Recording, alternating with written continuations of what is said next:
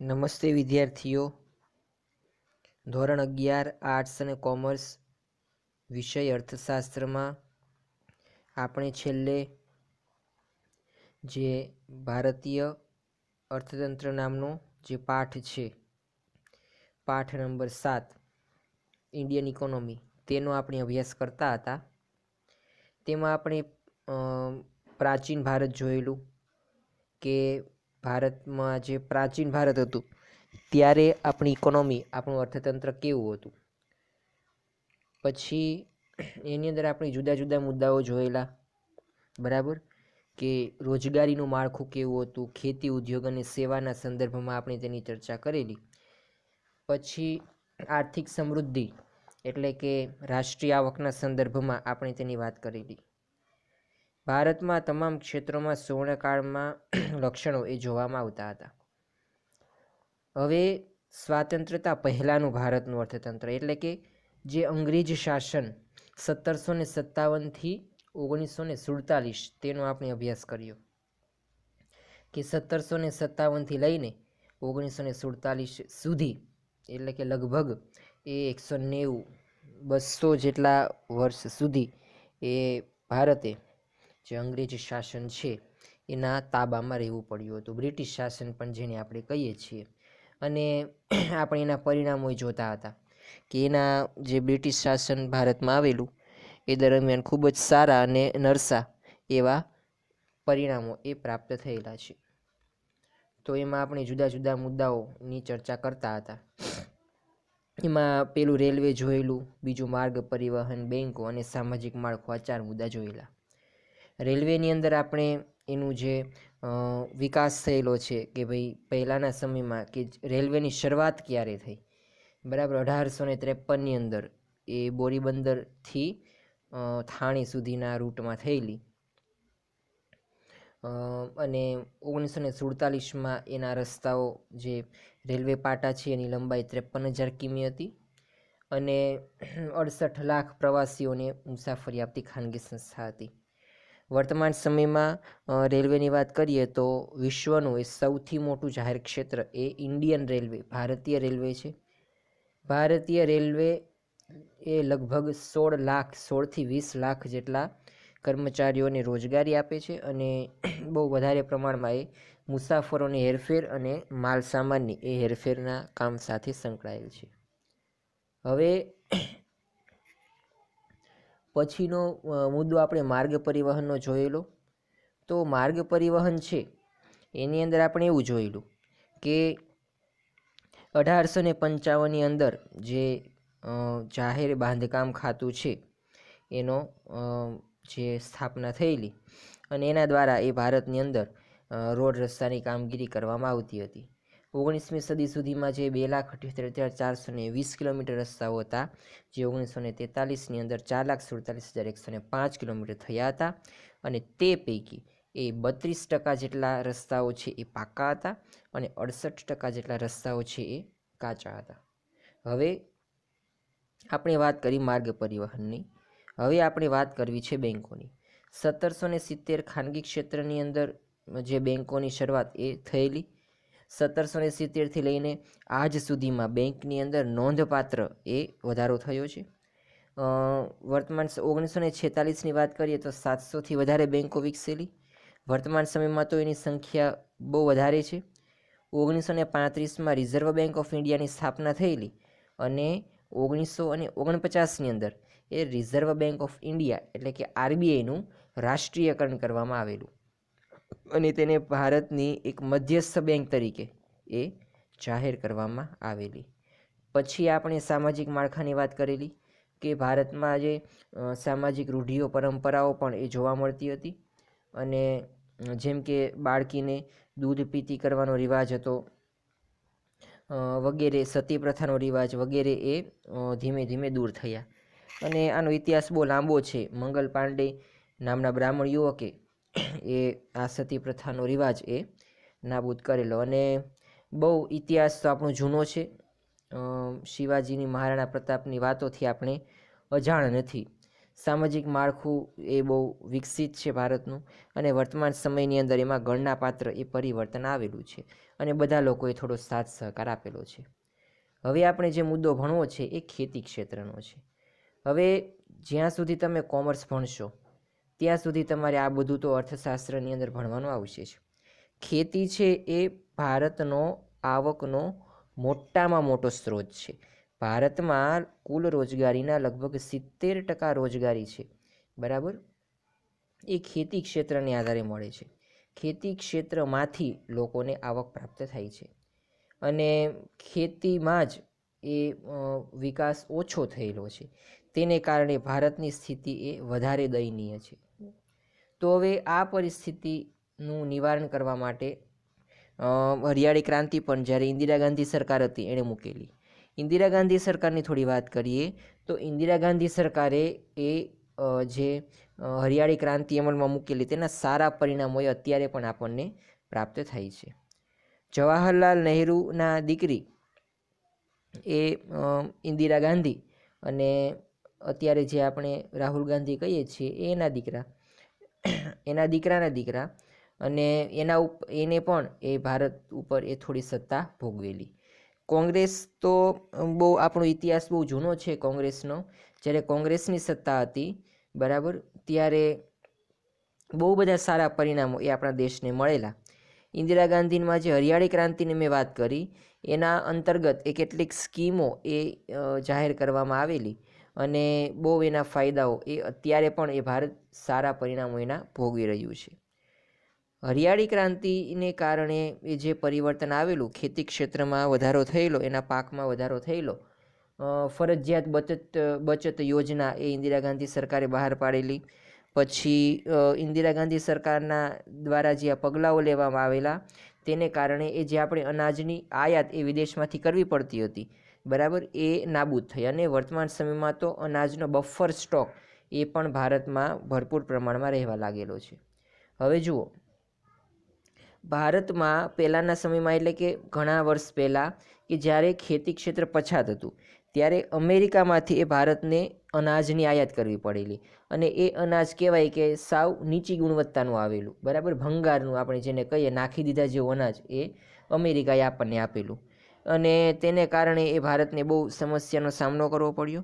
પણ આ હરિયાળી ક્રાંતિ અને તેના પગલાઓને કારણે વર્તમાન સમયની અંદર પણ ઘણા સમયથી એ અનાજનો જે બફર સ્ટોક છે એ પૂરતા પ્રમાણમાં હવે રહેવા લાગ્યો છે. વિદેશી ઊંડિયામણ અનામતના પ્રમાણમાં પણ એ આ પગલાઓને કારણે વધારો થયો, કારણ કે ખેતી ક્ષેત્ર છે એ મોટામાં મોટો સ્ત્રોત છે કે જેના દ્વારા એ લોકોને આવક પ્રાપ્ત થાય છે, અને ખેતી એ ભારતનો એક કહેવાય કે મૂળભૂત આર્થિક પ્રવૃત્તિ છે. અને વર્તમાન સમયમાં તો જે ખેતી ક્ષેત્રે જે રૂઢિઓ પરંપરાઓ જોવા મળતી હતી એ ધીમે ધીમે નાબૂદ થઈ, અને વર્તમાન સમયમાં સિંચાઈની સુવિધા વિકસી છે. ટપક પદ્ધતિ, ફુવારા પદ્ધતિ અને ટેકનોલોજીનો ખેતી ક્ષેત્રે ઉપયોગ થયો, તેને કારણે ખેતી ક્ષેત્રનું સ્વરૂપ એ ખૂબ જ હવે વિકસવા લાગ્યું છે. ખેડૂતોના હાલ પહેલાં તો શું હાલ બેહાલ હતા, ખેડૂતો દેવાદારો હતા, એટલે કે દેવું વધારે પ્રમાણમાં કરતા હતા, પરંતુ હવે ધીમે ધીમે એનું હવે સ્વરૂપ એ વિકસિત થતું જોવા મળે છે. અંગ્રેજ શાસન દરમિયાન ભારતીય ખેડૂતો પાસેથી ઊંચા દરે લેવાતું જમીન મહેસૂલ, પહેલાં જ્યારે આપણે અંગ્રેજ સરકાર હતી ત્યારે આપણે જમીન મહેસૂલ એ આપણે અંગ્રેજ સરકારને આપવું પડતું હતું. જમીનદારી પ્રથાને પ્રોત્સાહન, ખેડ હકને સુરક્ષા અને સલામતી ન આપવી વગેરે દ્વારા ખેડૂતોનું ભારે શોષણ થતું. જે ખેતી કરે છે એની ખેતી નહીં, ખેતી કરે છે એને માત્ર વેતન મળે છે, બરાબર, એનો કોઈ હિસ્સો એમાંથી મળે નહીં, એને માત્ર કામ કરવાનું, અને જેનું માલિક હોય એને માત્ર ધ્યાન રાખવાનું, છતાં પણ તેને બધા લાભ એટલે કે આર્થિક વળતર મળે, બરાબર. આ રીતે જે ખેતી ક્ષેત્રની અંદર ખેડૂતોનું શોષણ થતું હતું, જેથી ભારતીય ખેડૂતો ગરીબ બન્યા અને કેટલાક ખેત મજૂર બની ગયા. આ ઉપરાંત ખેતીનો પોતાના સ્વાર્થ માટે ઉપયોગ શરૂ કરાવ્યો, જેના લીધે ખેડૂતોને ખૂબ નુકસાન થયું, બરાબર ને, કે પોતાના સ્વાર્થ માટે જ ખેતીનો ઉપયોગ થતો અને ખેતી ક્ષેત્રે બહુ નુકસાન થતું. અંતે બ્રિટિશ શાસનને કારણે ખેતી અને ખેડૂતોએ પાયમાલ થયા. આ ઉપરાંત બ્રિટનની ઔદ્યોગિક ક્રાંતિ બાદ કાપડ ઉદ્યોગમાં ગળીની જરૂરિયાતમાં વધારો થયો, તેથી બ્રિટિશ સરકારે ગળીનું ઉત્પાદન અને નિકાસ વધે તેવા પ્રયત્નો કર્યા. બરાબર, કે કાપડ ઉદ્યોગનો વિકાસ થયો અને ગળીની જરૂરિયાત વધી અને ગળીનું ઉત્પાદન, ગળીની પણ ખેતી થાય છે અને એની નિકાસ વધે તેવા પ્રયત્નો કરવામાં આવ્યા. પરંતુ ગળીનું ઉત્પાદન કરનારા ખેડૂતોને વાવેતર માટે ધિરાણ અપાતું ન હતું અને જો પાક નિષ્ફળ જાય તો ધિરાણ ભરપાઈ ન કરી શકવાથી ખેડૂતો દેવાદાર બની ગયા અને ખેડૂતોના હાલ બેહાલ થયા. કે હવે જે ફસલ જો પૂરતા પ્રમાણમાં ન થાય તો ખેડૂતોને કોઈ સહાય નહીં, તો ખેડૂતો પછી દેવાદાર બની જાય, એટલે કે દેવામાં ડૂબી જાય અને ખેડૂતોના હાલ બેહાલ એ થતા હતા. તો આ ખેતી ક્ષેત્રનો મુદ્દો હતો. હવે મુદ્દાની વાત કરીએ તો મહેસૂલનો દર, કે અંગ્રેજ શાસન દરમિયાન એ મહેસૂલનો દર એ કેવો હતો. તો ઈસ્ટ ઇન્ડિયા કંપની આપણે જાણીએ છીએ તેના દ્વારા એ વેપારની શરૂઆત થઈ. ઈસ્ટ ઇન્ડિયા કંપનીએ વિભિન્ન રાજાઓ પાસેથી મહેસૂલ ઉઘરાવવાની સત્તા મેળવીને ભારતના જમીન માલિકો પાસેથી ઊંચા દરે મહેસૂલ ઉઘરાવવાનો પરવાનો મેળવ્યો, જે જમીનદારો પાસે હતો. હવે પહેલાંના સમયમાં જે જમીનદારો હોય એ જમીન મહેસૂલ ઉઘરાવતા. દાખલા તરીકે મારી જમીન હોય તો હું જ એ જમીન ઉપર મહેસૂલ ઉઘરાવી શકું, અને અંગ્રેજ જે રાજાઓ હતા, બરાબર, એ પણ આ રીતે મહેસૂલ ઉઘરાવતા. પણ ઈસ્ટ ઇન્ડિયા કંપની આ જે અધિકાર હતો ને પોતે લઈ લીધો. હવે જમીનદારો ઉપર પોતે મહેસૂલ ઉઘરાવશે ઈસ્ટ ઇન્ડિયા કંપની, બરાબર. તો એને કારણે એને જમીન મહેસૂલનો દર એ વધારી દીધો.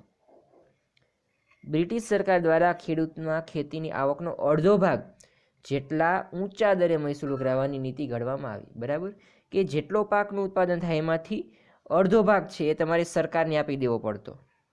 બ્રિટિશ સરકાર દ્વારા ખેડૂતની ખેતીની આવકનો અડધો ભાગ જેટલા ઊંચા દરે મહેસૂલ ઉઘરાવવાની નીતિ ઘડવામાં આવી. આ ઉપરાંત મહેસૂલ ઉઘરાવવામાં બ્રિટિશ સરકાર જુલ્મી હતા.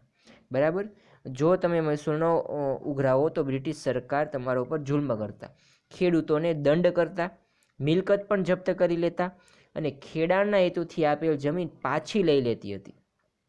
આમ આવા મનસ્વી નિર્ણયોથી ભારતીય ખેતીને પારાવાર નુકસાન થયું. બરાબર ને, કે ભાઈ જો તમે મહેસૂલ ન આપો, તમારે કમ્પલસરી એ બ્રિટિશ સરકારને મહેસૂલ આપી દેવાનું, અડધું મહેસૂલ. અને જો તમે મહેસૂલ ન આપો તો ખેડૂતોને દંડ કરવામાં આવતો, તેની મિલકત જપ્ત કરવામાં આવતી અને જમીન છે ને એ જમીન પણ એ અંગ્રેજ સરકાર દ્વારા જપ્ત કરવામાં આવતી. આવા મનસ્વી નિર્ણયો છે એ લેવામાં આવતા. તેથી ભારતના જે ખેડૂતો છે એને પારાવાર નુકસાન થતું. તો આ રીતે અંગ્રેજ સરકાર, બ્રિટિશ સરકાર દ્વારા મહેસૂલનો દર છે એ ઊંચા દરે ઉઘરાવવામાં આવતો, એટલે કે અડધા કરતાં પણ વધારે એ મહેસૂલ તમારે અંગ્રેજ સરકારને આપી દેવું પડતું. પછીનો મુદ્દો આપેલો છે કરવેરાનો ઊંચો દર.